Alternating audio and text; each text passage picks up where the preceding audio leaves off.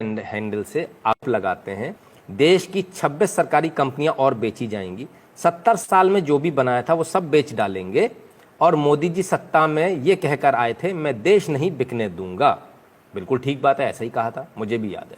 मतलब देश में कुछ भी बिकने से नहीं बचने दूंगा, मोदी है तो यही मुमकिन है, स्टॉप सेलिंग इंडिया। नीचे इन्होंने एक ट्वीट को ट्वीट किया, वो ट्वीट डिसइन्वेस्टमेंट से रिलेटेड है, डिसइन्वेस्टमेंट का, ठीक है, क्लियर है। वेदर कवर इंडस्ट्रियल्स, धन्यवाद बहुत बहुत आपका कंट्रीब्यूशन के लिए।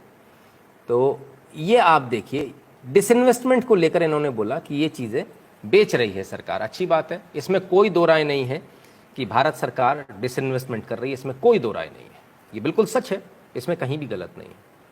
लेकिन डिसइन्वेस्टमेंट को देश बेचना कहा जाता है क्या? डिसइन्वेस्टमेंट को देश बेचना कहा जाता है तो चलिए हम थोड़ा सा आपको एक सरकारी वेबसाइट पर ले चलते हैं। अपनी बात नहीं करूंगा मैं करूंगा तो गड़बड़ हो जाएगी, तो मैं सरकारी वेबसाइट पे ले जाता हूं। कौन सी वाली वेबसाइट पे ले जाऊंगा आपको? भारत सरकार के 3 शेयर वाली। इस सरकारी वेबसाइट का नाम है department of investment and public asset management, ठीक है, DIPAM.gov.in दिखा रहा हूं मैं आपको, और करीब से दिखा देता हूं, ठीक है, भारत सरकार की वेबसाइट दिखाऊंगा साहब, इसके अलावा नहीं। अब मैं 2009 और 10 की बात करूंगा डिसइन्वेस्टमेंट की। क्या है? Past disinvestment. कौन से फाइनेंशियल ईयर के? 2009 और 10 के। 9 और 10 में किसकी सरकार थी? सोनिया गांधी सरकार थी, मनमोहन सिंह सरकार थी। कितने डिसइन्वेस्टमेंट हुए जरा मैं आपको दिखाऊं तो जरा देख लीजिए। NHPC का डिसइन्वेस्टमेंट हुआ, name of CPSES, NHPC, oil India limited, NTPC, rural electrification, NMDC।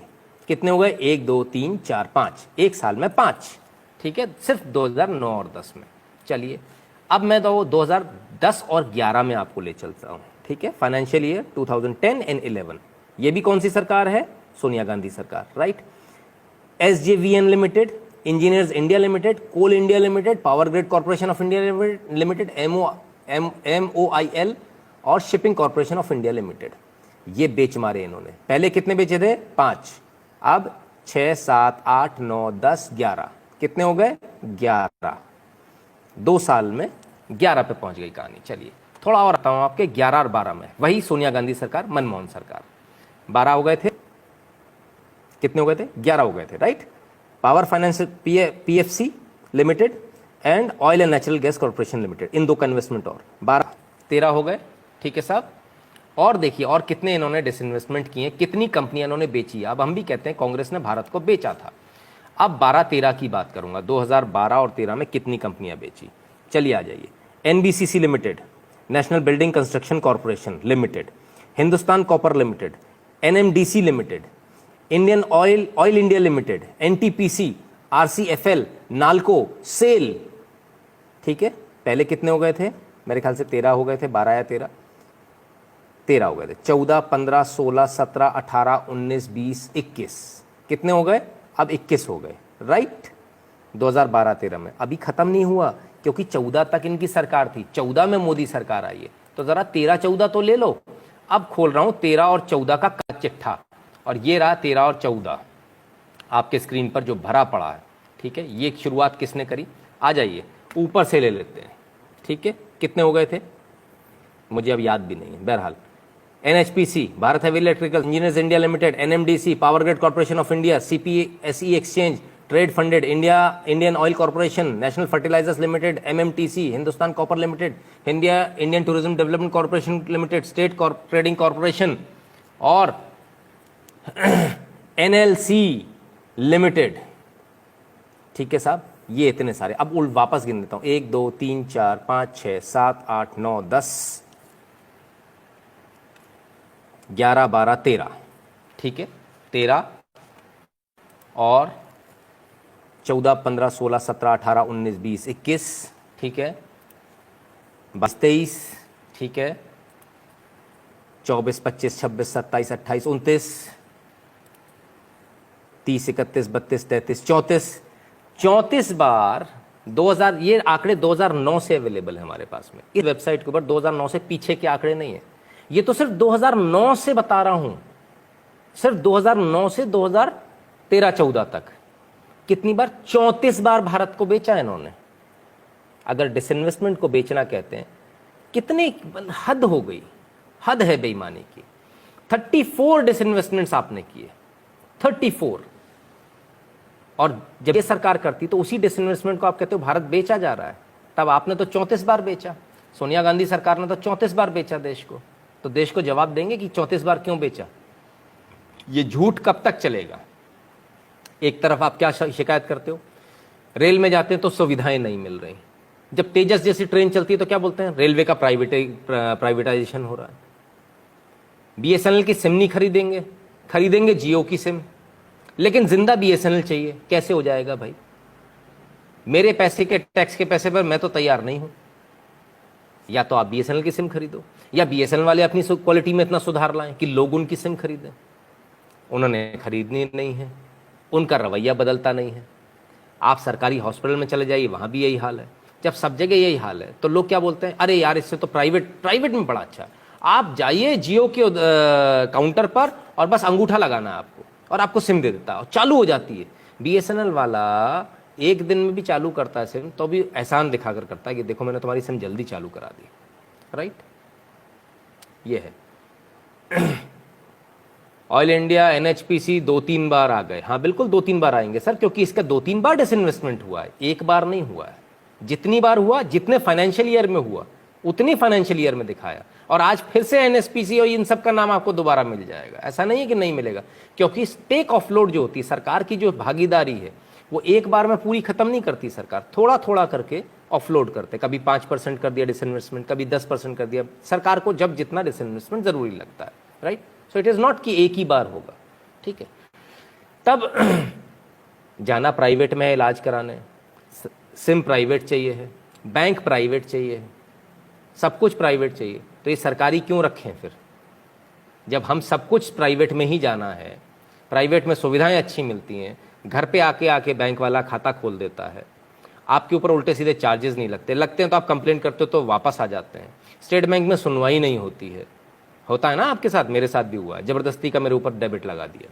ठीक है ना, तो ये तमाम सारी चीज़ें, जब ये सारी चीज़ें हैं, सरकारी स्कूल में बच्चे को पढ़ाना नहीं, प्राइवेट में पढ़ाना, तो फिर आखिर इन स्कूल को, बिल्डिंगों को, इन बड़े बड़े टेलीफोन एक्सचेंज को, इन बड़े बड़े बैंक्स को खोलने का फ़ायदा क्या है। क्यों इसके लिए हम लोग पैसा दे रहे हैं, इनकी तनख्वाहों के लिए क्यों पैसा दे रहे हैं, इसकी कोई आवश्यकता नहीं है। सरकार भी डिसइन्वेस्टमेंट इसी प्रक्रिया के तहत करती है। सुधीर द्विवेदी जी बहुत बहुत धन्यवाद आपका। तो जब ये डिसइन्वेस्टमेंट होता है, डिसइन्वेस्टमेंट को एक जामा आजकल जो व्हाट्सएप यूनिवर्सिटी वाले अनपढ़ जो पढ़ा रहे हैं, वो ये पढ़ा रहे हैं देश बिक रहा है। तो भाई देश 34 बार बेचा, 2009 से 2013-14 तक 34 टाइम्स। और ये मैं नहीं कह रहा हूँ, अगर आपको मेरे आंकड़ों पर कहीं से भी शक है तो आप कुछ मत कीजिए, आप इस सरकारी वेबसाइट पर चले जाइए, और ये इस वेबसाइट को अच्छे से दिखा देता हूँ, देख लीजिए, dipam.gov.in। ठीक है, उसमें आपको सब कुछ, सारे आंकड़े मिल जाएंगे। चिराग जी बहुत बहुत धन्यवाद आपका। क्लियर है, बिल्कुल क्लियर है। आप लोगों को जो बेवकूफ़ बार बार बनाया जा रहा है उसमें समझ में आ रहा है क्या हो रहा है क्या नहीं हो रहा है। ठीक है, और ये जो सारी चीज़ें हैं, डिसइन्वेस्टमेंट इसलिए नहीं होता कि हमको इसको प्राइवेट कर देना है, बेच देना है। इसका मतलब ये होता है हमें इसकी कार्य कुशलता बढ़ानी, कार्य क्षमता बढ़ानी। पीपीपी पे जाती हैं चीज़ें, पब्लिक प्राइवेट पार्टनरशिप। ठीक है ना, उस पर जाती हैं चीज़ें। कोई बेच नहीं रहा, कुछ नहीं बिक रहा है, सड़कें कोई बिक नहीं जा रही, जो सड़कें बन रही हैं जिन पर आप चलते हैं। आप एक बात बताइए, सरकारी सड़कें थी तब कैसे चलते थे? 300 किलोमीटर चलने में कितना समय लगता था आपको? 10-10 घंटे लगते थे। आज एक्सप्रेसवे बन गए, आप टोल देते हो, प्राइवेट है वो, आप टोल देते हो, लेकिन आप कितनी स्पीड पे चलते हो? 120, 140। वो 300 किलोमीटर चलने में जिसमें आपको 10 घंटे लगते थे, आज कितने लगते हैं? 3 घंटे, 3.5 घंटे, ज़्यादा से ज़्यादा 2.5 घंटे में भी हम लोग कवर करते हैं। तो क्या बेहतर है, उसी खड्डे वाली सड़क पे से जाना? तो फिर ये एक्सप्रेसवे से क्यों जाते हो? अगर आपको एक्सप्रेसवे चाहिए तो आपको डिसइन्वेस्टमेंट करना ही पड़ेगा, आपको प्राइवेट ऑपरेटर्स लाने ही पड़ेंगे, आपको प्राइवेट हाईवेज बनाने ही पड़ेंगे, जो कि 20 साल बाद वापस सरकार के पास आ जाएंगे। आप टेंशन मत रखो, वो जीवन भर नहीं रखने वाले हैं। ठीक है ना, वो पीपीपी पे बने हुए हैं, उनका एक शेड्यूल होता है, एक टाइम पीरियड होता है, जितने टाइम पीरियड पे वो उसे इस्तेमाल कर सकते हैं, उसके बाद उनको सरकार को देना होता है। सोमेश्वरानंद सरस्वती जी बहुत बहुत धन्यवाद आपका। तब बहुत क्लियर है, एकदम साफ हो जाता है कि आपको व्हाट्सएप यूनिवर्सिटी जो पढ़ाती है, व्हाट्सएप यूनिवर्सिटी आपको तमाम सारे व्हाट्सएप पर आपके पास में मैसेजेस आएंगे, जितनी जगह से आपके पास मैसेज आए हों कि मोदी देश को बेच रहा है, ये वीडियो ज़रूर दे दीजिएगा उनको, वापस ले जाकर पकड़ा दीजिएगा। ठीक है ना, उनको भी ज़रा समझ में आ जाए कि भाई देश की जनता बेवकूफ़ नहीं है। यहाँ बहुत सारे लोग हैं जो डिसइन्वेस्टमेंट का मतलब भी समझते हैं और जो डिसइन्वेस्टमेंट के पुराने आंकड़े भी दिखा देते हैं, और वो भी सरकारी वेबसाइट से। ये हम नहीं कह रहे, ये जो वेबसाइट है ये हमने नहीं बनाई, ये वेबसाइट भी कांग्रेस सरकार ने बनाई है। 2009 से इसके आंकड़े हैं, हमारी बनाई हुई नहीं है कि मैंने घर पे नहीं बना दी, ठीक है ना। तो इसको भी बहुत क्लियरली समझने का प्रयास कीजिए। बहुत सारी चीज़ें आपके सामने आएंगी, बहुत सारी चीज़ें इस प्रकार की आएंगी जो आपको बार बार ये बताएंगी कि देखिए देश के अंदर ऐसा हो रहा है, देश के अंदर डिसइन्वेस्टमेंट हो रहा है। डिसइन्वेस्टमेंट को क्या बताया जा रहा है? डिसइन्वेस्टमेंट को बताया जा रहा है जो चीज़ें अच्छी करी जा रही हैं उसको बताया जा रहा है, देश बेचा जा रहा है। ये ठीक उसी प्रकार से जैसे जब गोल्डन कोऑर्डिनेटर बन रहा था, तब सरकारों ने, जब विपक्ष में बैठे हुए जो लोग थे, कांग्रेस के जो लोग थे, उन्होंने कहा था ज़रूरत ही नहीं है इनकी गोल्डन कोऑर्डिनेटर की। और आज आप सोचिए, आज देश के अंदर एक्सप्रेसवेज हैं, ये वही लोग हैं जो हर बार हर चीज़ में इन्हें अड़ंगा लगाना होता है। एक्सप्रेसवे बनते तो ये कहते सड़क बेच दी, अगर रेलवे स्टेशन का सौंदर्यीकरण करना होता है तो ये कहते हैं कि रेलवे स्टेशन बेच दिए। अभी दिल्ली का जो रेलवे स्टेशन है वो भी एयरपोर्ट की तर्ज पर बनने वाला, आपको बहुत मजा आएगा वहां जाकर। गुरुजी, ऐसे लोग